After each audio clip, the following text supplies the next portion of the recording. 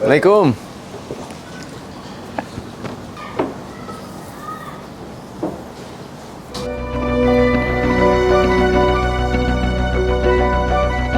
Assalamualaikum Mas Fikra. Terima kasih banyak ya. Terima kasih banyak. Kehormatan kunjungin.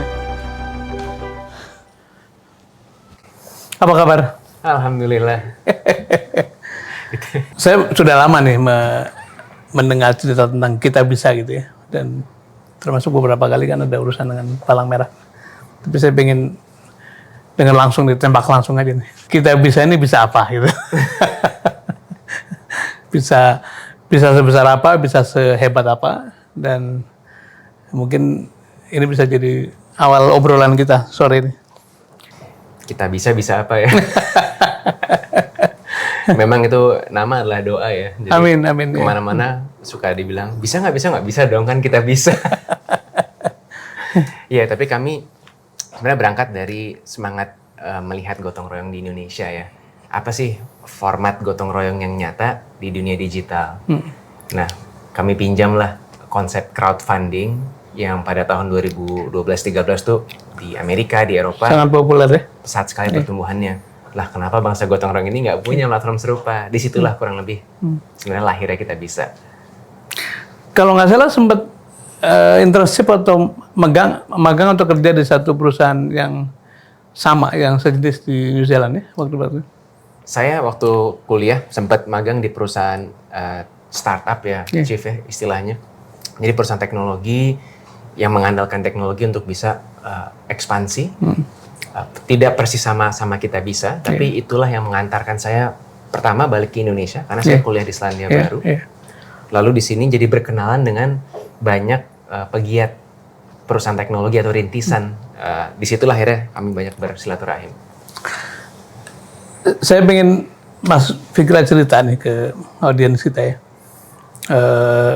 Magnitude atau signifikansi dari yang sudah dikerjakan oleh teman-teman Kita Bisa, karena kan kedengarannya pada waktu COVID terutama ya, itu luar biasa.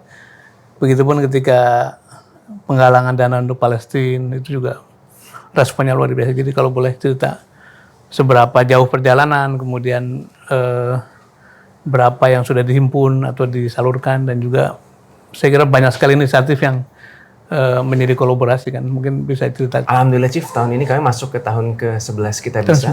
Lahir tahun 2013, resmi menjadi yayasan 2014, lalu membangun PT untuk pengembangan teknologinya itu di 2015. Nah, dalam kurun waktu sedikit lebih panjang dari 1 dekade ya, itu kami alhamdulillah dipercaya lebih dari 10 juta orang yang pernah berdonasi di platform Kita Bisa. 10 juta ya? 10 Jadi, juta. Belum sampai sebetulnya ya 10% dari populasi ya, hampir 5%. Dan alhamdulillah lebih dari 5 triliun yang terkumpul.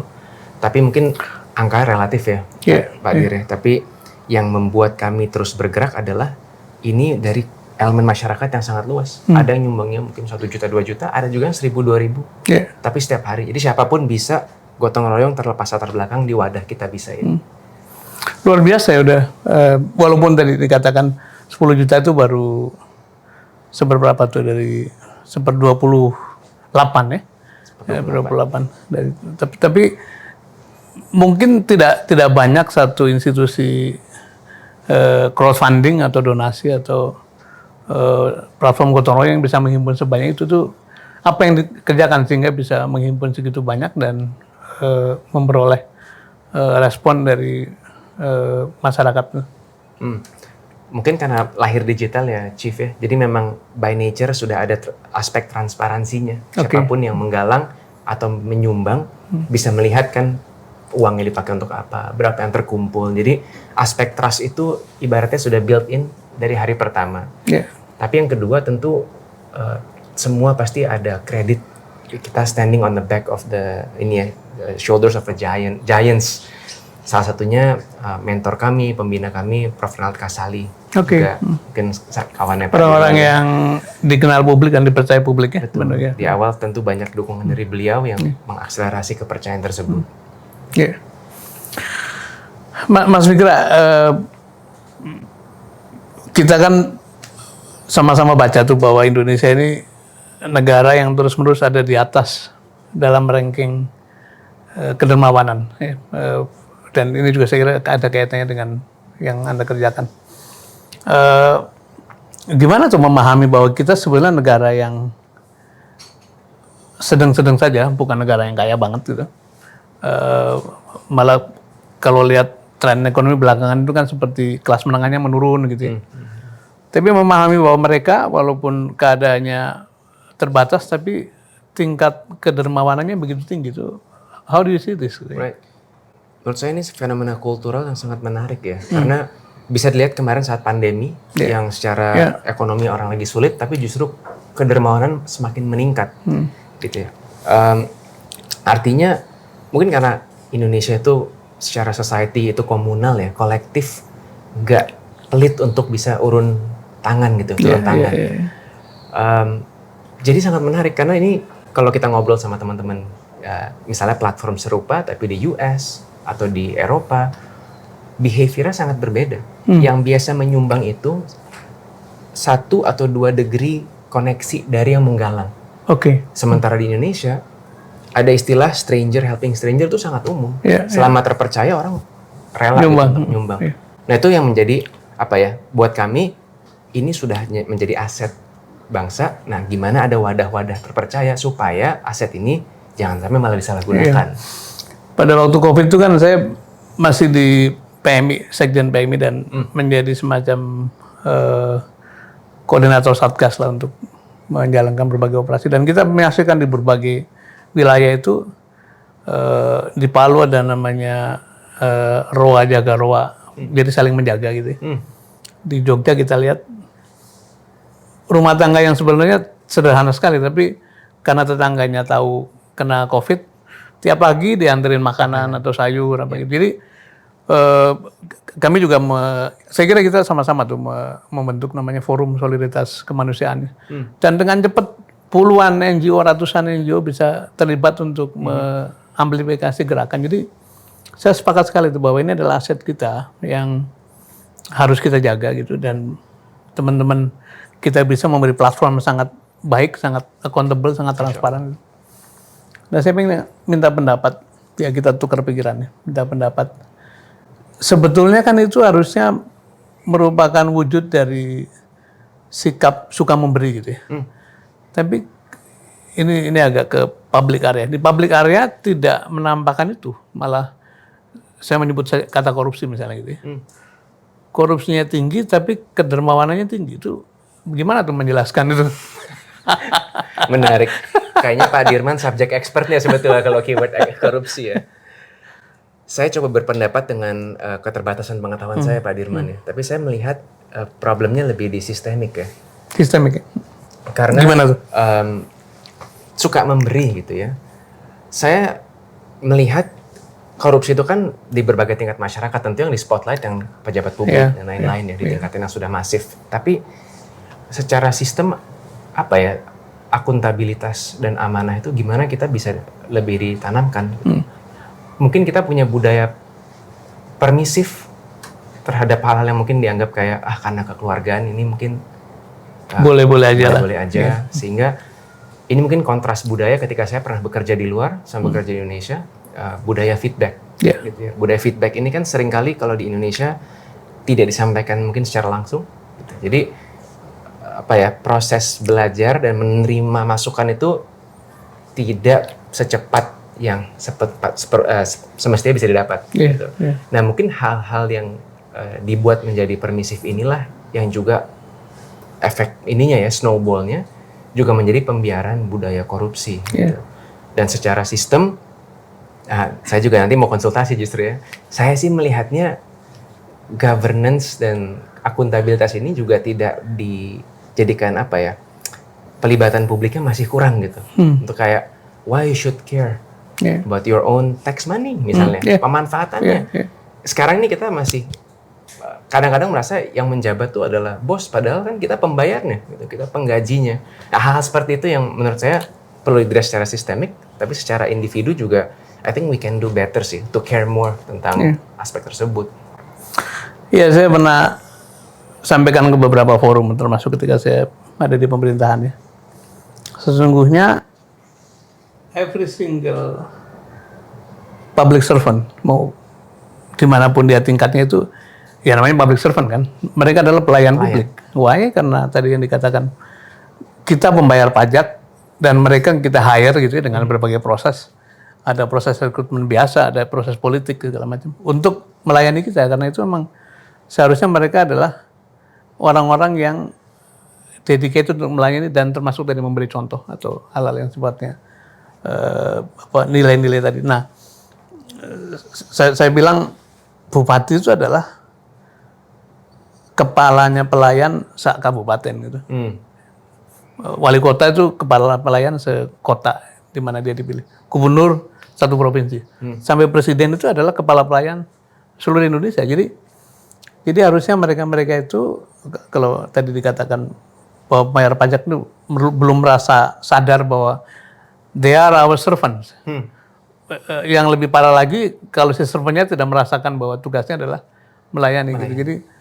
Jadi yang Mas Firly katanya sangat benar bahwa mungkin itu perlu kita sosialisasikan dengan lebih baik gitu. Kalau Chief dengan pengalaman pernah masuk di kabinet melihat gimana sebetulnya yang sekarang memerintah dan menjabat itu bisa lebih efektif menyadarkan masyarakat. Iya, mungkin saya sedikit cerita pengalamannya. Sebetulnya birokrasi itu seperti kereta api. Begitu lokomotifnya jalan kenceng, dia akan kenceng juga. Lokomotifnya berhenti-berhenti, gerbongnya berhenti-berhenti juga. Jadi maknanya apa? Maknanya keteladanan menjadi sangat penting. Jadi misalnya saya punya pengalaman di Aceh pada waktu membangun Aceh itu. Bolak-balik saya ingatkan, saya ulang-ulang karena fenomenal, karena kita masuk ke Aceh dalam keadaan tidak punya apa-apa ya, segalanya rusak karena tsunami, tapi dengan leadership yang baik, seorang kepala PRR namanya Pak Kuntoro Mangkusubroto, sudah almarhum, itu the whole organisasi ikut berperilaku seperti yang diharapkan. Jadi nggak ada cerita korupsi, nggak ada cerita hengki-pengki, sangat minor cerita mengenai yang aneh-aneh itu. Dan itu semata-mata karena leadership. Mengapa? Karena sistem kan belum terbentuk. Bekerja di daerah bencana gitu. Jadi kadang-kadang saya melihat apa yang menjadi perilaku dari pemimpin itu lebih berpengaruh daripada sistem. Dan perilaku pemimpin secara teori memang dia adalah unsur pembentuk culture, pembentuk values yang kalau terus-menerus diulang-ulang. Itu my experience seperti itu. Nah, karena itu kembali kepada tadi, barangkali apa yang muncul di masyarakat dengan sikap kedermawanan itu kalau bisa dijadikan semacam island of integrity ya, kemudian bahkan memberi contoh, merefleksikan kepada public sector gitu. Nah ini saya mau tanya satu hal nih, kan ini kebetulan bulan Agustus kan, hari kemerdekaan gitu. Saya membaca di beberapa publikasi, Anda bicara mengenai nasionalisme gitu ya. Bagaimana tuh anak-anak muda menerjemahkan nasionalisme? Apakah masih relevan bicara nasionalisme, bicara patriotisme? Karena kenyataannya memang keadaan sekarang sangat pragmatis. Kemudian siapa sih yang mikirin negara, siapa yang mikirin bangsa, siapa yang mikirin Indonesia ke depan itu pandangan-pandangan atau pertanyaan seperti itu muncul di berbagai kalangan. Terutama kepengen dengar dari anak muda seperti apa gitu. Oke. Saya membaca buku si Yuval Noah Harari yang Sapiens itu kan, yang membedakan manusia sama kera-kera itu adalah kemampuan untuk memiliki imagine community. Okay. Itu yang membuat kita, mungkin simpanse bisa secara grup gitu ya mengalahkan gorila sendiri. Manusia yang bisa membuat sebuah sistem besar. Dan menurut saya cinta tanah air itu ya bukti kita peduli sama tempat yang taking care of ourselves, of us gitu ya, dari kita lahir gitu. Sehingga saya mungkin karena sempat studi di luar, jadi malah tumbuh lebih kuat rasa kecintaannya terhadap negara yang membesarkan saya gitu. Makanya itu juga mendorong saya untuk jadi nggak kebalik ya, karena lama meninggalkan Indonesia kemudian seperti tidak lagi peduli pada Saya malah merasa ada kesedihan gitu, Chief, karena kebetulan saya kuliah kan di Selandia Baru, negara yang 5 juta penduduk, sangat makmur, social welfare state juga. Saya merasa ada kesedihan, kenapa bangsa kita yang jumlahnya lebih besar, natural resources-nya jauh lebih kaya gitu kan, kedermawanannya jauh lebih tinggi, marketnya jauh lebih besar. Marketnya jauh pasar jauh lebih besar. Kenapa kita nggak bisa sampai ke level kesejahteraan? Tentu banyak faktor ya. Mereka merdeka udah jauh lebih lama dan segala macam. Tapi itulah yang membuat ada keterpanggilan untuk kayaknya kalau saya mengabdi di sana, nggak salah by the way ya teman-teman. Misalnya diaspora yang tinggal di sana tidak ada salah. Tapi saya merasa kayaknya bentuk yang pengabdian yang paling fulfilling bagi saya adalah ketika saya bisa pulang dan membangun. Gitu. Jadi ya in the backdrop of Independence Day, saya rasa itu ya pengingat lagi sih. Lu lahir di mana, gimana lu bisa turut ikut memakmurkan gitu. Karena Anda telah menjadi penerima manfaat gitu dari gotong royong masyarakat. Sebagian anak-anak muda ini ya mahasiswa saya segala macam, umurmu kan seumur anak saya juga ya. Itu mereka seperti ada kecemasan ya soal ini mau dibawa kemana gitu. Tadi kan sebetulnya potensinya besar, jumlah penduduknya sangat besar sekali, itu artinya market dan sumber daya. Kemudian natural resources itu luar biasa. Tapi orang bertanya kalau mengelolanya seperti ini, gitu ya, itu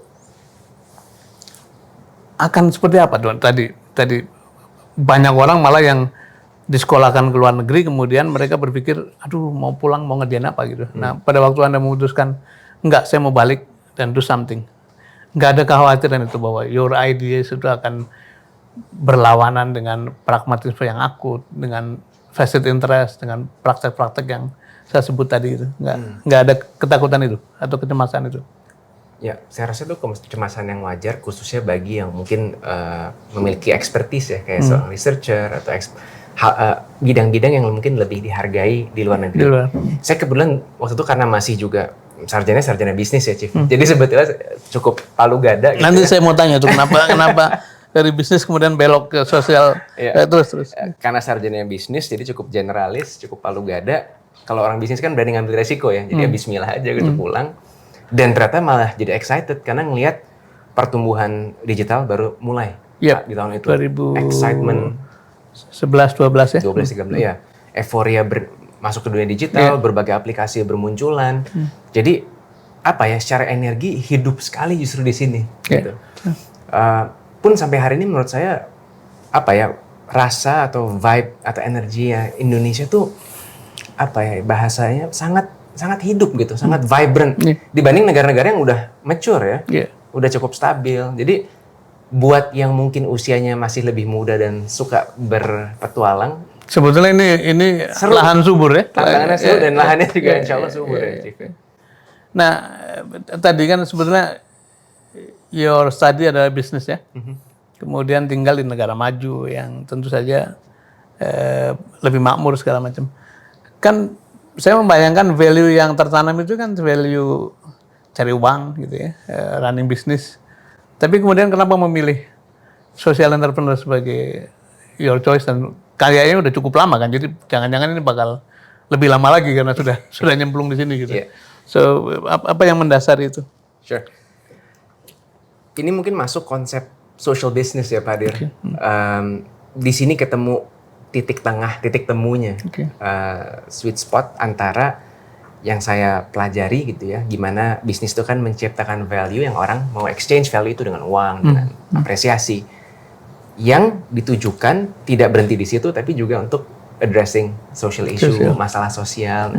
Dulu Prof. Renald salah satu mungkin yang awal-awal menyuarakan konsep kewirausahaan sosial. Jadi kami sangat beruntung, saya dan partner saya Timi, di bawah binaan beliau banyak terpapar, banyak dapat benchmark, bahkan dikirim ke luar negeri untuk belajar di Singapura, di berbagai lomba waktu itu ya, bahwa bisa loh menggabungkan disiplin sebuah bisnis dan dunia profesional dengan tujuan sosial. Jadi nggak melulu sosial itu seperti hidangan penutup, sudah kaya baru nyumbang.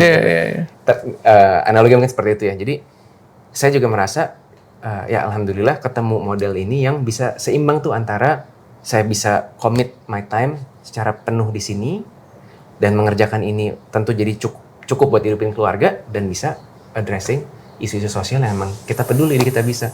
Jadi nggak berlaku hukum. Generasi saya kan bilang kalau Anda nggak pernah jadi kapitalis, you never be sosialis katanya. Social capital. Social capital. Jadi tetap bisa bersama-sama gitu kira-kira gitu. Ya, kami merasa sebetulnya ada titik tengahnya lah antara kedua. Ada positifnya dari masing-masing, kita ambil baiknya dari dua-duanya. Nah, tadi kan disebutkan ini adalah challenge yang memang mau ditempuh, kemudian resiko diambil karena Indonesia adalah negara yang sedang tumbuh, yang kesempatannya luar biasa gitu. Kalau obrolan di antara teman-teman sebaya gitu ya, itu titik berangkat ini terus bagaimana mengelola supaya apa yang kita punya itu bisa menjadi resource, bisa menjadi sumber daya, bisa menjadi satu energi untuk betul-betul menjadi negara yang lebih maju, lebih makmur, lebih sejahtera tuh. Mungkin kalau dipilih satu kata ya ownership ya. Jadi bagaimana masyarakat nggak hanya muda gitu ya, memiliki ownership tentang masa depannya Indonesia. Saya setuju sama poin Chief tadi, memang ini mulai dari atas ya. Gimana atasnya merangkul kan, ini bersama-sama loh. Kita mainnya kita memang pro rakyat gitu kan, sehingga rakyatnya pun juga percaya bahwa kita tuh di take care gitu ya. Sehingga tadi ada rasa kepemilikan, apapun yang dilakukan ujung-ujungnya misalkan bayar pajak gitu ya. Pajak aja masih ada PR tentunya, tapi ketika kita bangga bayar pajak, tahu bahwa dana pajaknya itu digunakan dengan baik ya, itu kan jadi kebanggaan sendiri gitu. Saya rasa mulai dari situ ya. What is the dream setelah sekian belas tahun ya, 1 dekade lebih? Coba ngasih ini, Pak Dir, miniatur bahwa Indonesia yang bineka ini bisa gotong royong, mau offline mau online. Di kita bisa kan apa sih yang menyatukan kebaikannya gitu kan, harapannya, bentuknya partisipasi dengan uang. Tapi kan ini sebenarnya jadi satu contoh yang bisa direplikasi di partisipasi lain. Contoh tadi mengawal proses demokrasi atau mungkin urun daya, tenaga, pikiran sama-sama gitu. Kalau uang bisa, kenapa di hal-hal yang lain juga nggak bisa dilakukan gitu. Jadi kami di sini tentu terus akan berinovasi gimana pengumpulan dana filantropi, dana-dana keagamaan ini impact-nya juga bisa jauh lebih teramplifikasi, lebih gede lagi, lebih transparan, terasa dan sampai gitu kan. Tapi di luar aspek yang kegiatan sehari-hari kami, sebetulnya harapannya itu ya, contoh bahwa gotong royong masih hidup, masih real, terlepas generasi yang ikutan di Kita Bisa, ada yang mungkin boomer masih ada gitu ya, sampai di level gen sekarang termuda gen alpha gitu ya, juga udah bisa partisipasi. Nah, ini jadi miniatur, mudah-mudahan bisa di scale up dengan teman-teman lain di berbagai bidang-bidangnya.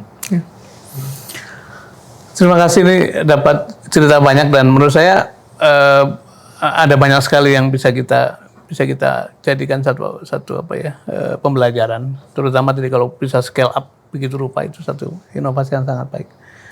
Saya mau tanya satu hal soal leadership ya. What you have done, teman-teman Kita Bisa itu betul-betul memberikan satu contoh dari leadership in action gitu ya. Karena saya memandang leadership itu bukan soal posisi, bukan soal jabatan formal selalu, tapi inisiatif, visi, integritas dan sebagainya. Nah, apa yang jadi pikiran Mas Fikra ini dalam soal kepemimpinan, terutama menghadapi Indonesia yang seperti sekarang ini? What is your thought on that? Saya rasa kalau orang melihat kepemimpinan itu sebagai amanah dan tanggung jawab ya, bukannya privilege atau entitlement, ya itu sebagaimana mestinya sih seperti itu gitu ya. Kalau buat saya, jadi tidak hanya leadership itu adalah amanah yang diberikan oleh mungkin stakeholders kalau di organisasi, tapi juga kan sebuah opportunity yang diberikan oleh Yang Maha Kuasa gitu. Kalau udah ada CCTV 24/7 24 jam, artinya kan kita pasti akan memasang saklar integritas tertinggi gitu ya, parameter integritas tertinggi. Itu sih yang buat saya leadership jujur bentuk sebuah beban tanggung jawab gitu. Jadi it's not something yang kayak saya senang banget nih jadi leaders gitu. Cuman dengan ada amanah posisi leadership, maka saya selalu cross check apakah saya sudah memberi yang terbaik yang saya mampu. Dan itu kan jawabannya nggak pernah iya, pasti ada ruang terus untuk improve ya Pak Dir ya. Jadi itu mindset yang saya coba terapkan, tentu jauh dari kesempurnaan, tapi saya justru pengen nanya balik. Mungkin kalau dari Pak Sudirman sendiri yang sudah sangat jauh lebih tinggi jam terbangnya, gimana pesan buat yang masih merintis seperti saya ini? Iya, tadi saya selalu tekankan kan bahwa leadership is about behavior, values, karakter ya. Leadership itu refleksi dari perbuatan kita, bukan di mana kita berada gitu. Dan saya juga sepakat bahwa yang hilang dari suasana sekarang, terutama di arena publik adalah tadi, dia sebetulnya atau mereka sebetulnya diberi amanah oleh publik, satu, taxpayer, yang kedua yang di atas kan gitu. Tapi sepertinya aspek itu dilupakan sehingga kemudian terjadi saya sebutnya penyimpangan perilaku. Bahkan yang harus diperjuangkan adalah kalau kita ingin ngomong ke teman-teman yang masih bisa diajak ngobrol, bisa diajak diskusi, kita masih kembalikan fungsi utama kepemimpinan, yaitu apa? Keteladanan. Keteladanan itu kan kata benda berkonotasi positif, artinya di belakangnya banyak sekali values yang luhur gitu, nilai-nilai luhur. Keteladanan akan kejujuran, akan kesederhanaan, akan kepedulian pada sesama, akan tanggung jawab pada masa depan generasi. Jadi ada banyak di scene kita sekarang ini para pemimpin seperti melupakan itu. Dan itu sebetulnya ancaman bagi keberlanjutan, ancaman bagi keseimbangan gitu. Ada satu publikasi dari World Economic Forum, korupsi itu mamanya, saya sebut kata lagi korupsi, itu adalah bahaya ekologi. Ekologi mananya kan bukan sekedar lingkungan hutan dan sebagainya, tapi betul-betul lingkungan di mana kita berada gitu. Jadi saya sungguh mengharapkan teman-teman muda ini bisa menjadi semacam harapan baru, dan I think you have done a lot untuk itu. Berbuat, memberi contoh, memberi manfaat, menyebar manfaat, dan saya senang dengan tagline kita bisa connecting kindness, menyambungkan kebaikan gitu. Jadi menurut saya kita mesti kerja keras. Ini PR kita bersama. Kenapa? Karena selama ini ulang tahun keberapa? 79 tahun merdeka itu kita sebenarnya sudah punya bekal banyak sekali gitu. Sumber daya manusia kita luar biasa lah. Selama puluhan tahun kita invest ya, mengirimkan orang-orang terbaik, memperoleh pendidikan terbaik di banyak negara.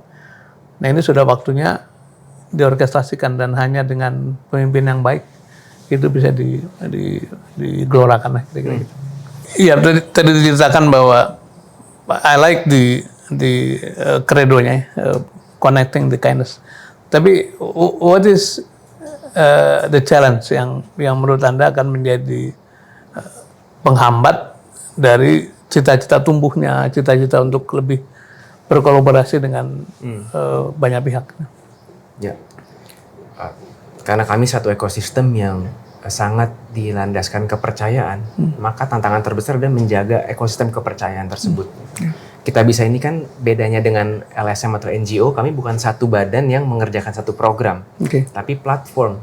Seperti kalau di dunia komersil ada platform e-commerce, marketplace. Jadi tata kelola dari ekosistem inilah yang selalu menjadi challenge. Bagaimana seiring pertumbuhan, jangan sampai ada kepercayaan yang dicederai gitu dari praktek yang dilakukan gitu. Karena tadi ya, terlepas kedermawanan kebaikan, selalu kan ada yang namanya bad actors oknum yang ingin menyalahgunakan gitu. Nah itu menjadi salah satu tanggung jawab dan mungkin tantangan terbesar kita bisa untuk selalu menjaga tersebut ya. Malah ada satu riset itu dulu di dalam urusan kontrol ya. Yang paling tidak jelas sistem kontrolnya sebetulnya adalah lembaga-lembaga kedermawanan atau lembaga sosial. Karena apa? Kalau PT masih ada RUPS ya, Kalau pemerintah masih ada APBD, APBN segala macam, koperasi masih ada rapat anggota. Ini kan betul-betul purely your inisiatif. Jadi benar bahwa rasanya accountability, menjaga trust itu akan jadi kunci bagi ini. Ada nggak pikiran-pikiran untuk kerjasama misalnya dengan apakah pemerintah? Karena pemerintah itu kan jangkauannya lebih besar, atau badan-badan usaha, atau sejauh ini seperti apa kerjasama dengan lembaga-lembaga pemerintah? Karena kan barangkali saja apa-apa yang Anda kerjakan penuh dengan transparansi, penuh dengan accountability, governance-nya bagus, itu bisa mewarnai di sana juga gitu. Alhamdulillah platform kita bisa by nature salah satu regulatornya kan Kemensos. Oke. Nah kami cukup sering bersinergi juga dengan Kemensos. Ya sekarang Menteri Bu Risma, sering sekali bersinergi dalam men-tackle program-program prioritas dari Kamsos. Di aspek keagamaan kami bersama Basnas dan BWI untuk badan zakat dan badan wakaf. Gitu. Jadi kami selalu terbuka dan justru kami butuh bantuan dari pemerintah juga untuk membantu point out area-area mana gitu kan yang memang butuh perhatian khusus. Jadi jangan-jangan bisa diangkat juga oleh kita bisa isu-isu atau program-program di daerah-daerah tersebut. Pernah menghadapi masalah yang sangat sulit yang betul-betul menjadi ancaman bagi keberlangsungan kita bisa selama ini? Alhamdulillah yang fatal belum ada ya Pak Dian, tapi mungkin sempat pernah ada satu kejadian di mana kami memulai sebuah program yang karena izinnya tidak sesuai maka diminta ditutup oleh regulator. Itu program yang sekarang kami namakan Saling Jaga. Dulu diinisiasi sebagai program sosial donasi, sekarang bertransformasi menjadi asuransi. Gitu. Ini dulu mulainya pada waktu COVID kalau nggak salah. Waktu COVID ya mungkin Mas Irwan inget ya. Awalnya cuma biar donatur bisa saling ngejaga gitu ya. Tapi ternyata dari OJK melihat model ini sepatutnya berizin asuransi. Gitu. Akhirnya kami dalam 3 tahun terakhir berproses, dan alhamdulillah program ini sudah kembali dengan izin yang sesuai. Jadi saling menjaga si Indonesia. Let's back to di proklamasi ya. Jadi Anda optimis tentang Indonesia dan bahwa kita sebagai bangsa, sebagai negara itu with your experience, your exposure selama ini akan terus membaik atau sebaliknya menurut pandangan? Kami di Kita Bisa ada bias optimisme ya, Pak Dir. Kalau nggak ntar berubah domainnya jadi kita tidak bisa. Iya ya, benar juga tuh. Jadi namanya sih sudah menunjukkan optimisme terus ya. Tentu mudah-mudahan optimisme yang tidak naif juga. Tantangannya ada, itu kan challenge-nya ada banyak. Tapi kami tadi punya optimisme bahwa lawang di platform kita bisa kok Indonesia dengan kebinekaannya bersatu menolong berbagai orang, berbagai program yang bisa membantu. Ini tinggal siapa yang mau mengreplikasi atau men-scale up dengan beragam cara. Nah mudah-mudahan lebih besar faktor itu dibanding faktor yang sebaliknya justru memecah belah ya. Atau membuat orang jadi apatis. Kalau di level banyak kecemasan, saya rasa kecemasan masih proksi kepedulian ya. Cemas terhadap negara, artinya masih ada kepedulian, harusnya ini nggak gini nih. Gitu. Yang bahaya kan kalau sudah apatis, bodo amat lah. Gitu. My life gitu kan. Tapi kalau saya perhatikan, even generasi yang masih di bawah saya pun ada kepedulian itu. Gitu. Ada kecemasannya. Artinya mereka mudah-mudahan masih peduli. Dan kalau peduli, berarti PR kita adalah menyediakan wadahnya. Gini cara pedulinya. Gini cara nyalurin energi marah lo, cemas lo, concern lo gitu kan. Supaya jadi produktif. Nah, saya rasa sih PR-nya adalah menyediakan wadah-wadah. Penyalurkan aspirasi tadi. Gitu. Sesimpel mungkin ngobrol sama perwakilan publik, anggota DPR, DPRD. Itu saya seumur hidup kayaknya kecuali yang kenal temen gitu ya. Tapi nggak pernah terpikir kalau di luar kan nulis gitu kan ke representatifnya, MP-nya kan. Kalau di sini ada wakil kita di sana lah ya kira-kira gitu ya. Exactly. Nah, even budaya dekat dengan orang-orang pelayan publik itu masih perlu dibangun kan, supaya ini tuh gandengan. Ada yang perannya di sektor publik, ada yang kita di swasta untuk saling membangun. Saya lihat sih seperti itu ya, Chief ya. Tapi balik lagi ya, kalau orang Kita Bisa ditanya, insya Allah optimismenya lebih tinggi dari pesimismenya. Jadi kita bisa apa, bisa banyak kan. Dan kalau kita juga bisa gitu. Bisa juga, sama-sama bisa. Mas Fikra, terima kasih untuk ngobrol dan banyak sekali inspirasi yang bisa saya tangkap dan juga saya kira audiens akan mendigestnya dengan baik, dan selamat terus berjuang membisahkan Indonesia bisa menjadi lebih makmur, lebih maju, lebih sejahtera, dan insya Allah yang dikerjakan bukan semata-mata bisnis sosial tapi betul-betul menjadi ibadah. Amin. Terima kasih banyak. Terima kasih banyak. Thank you.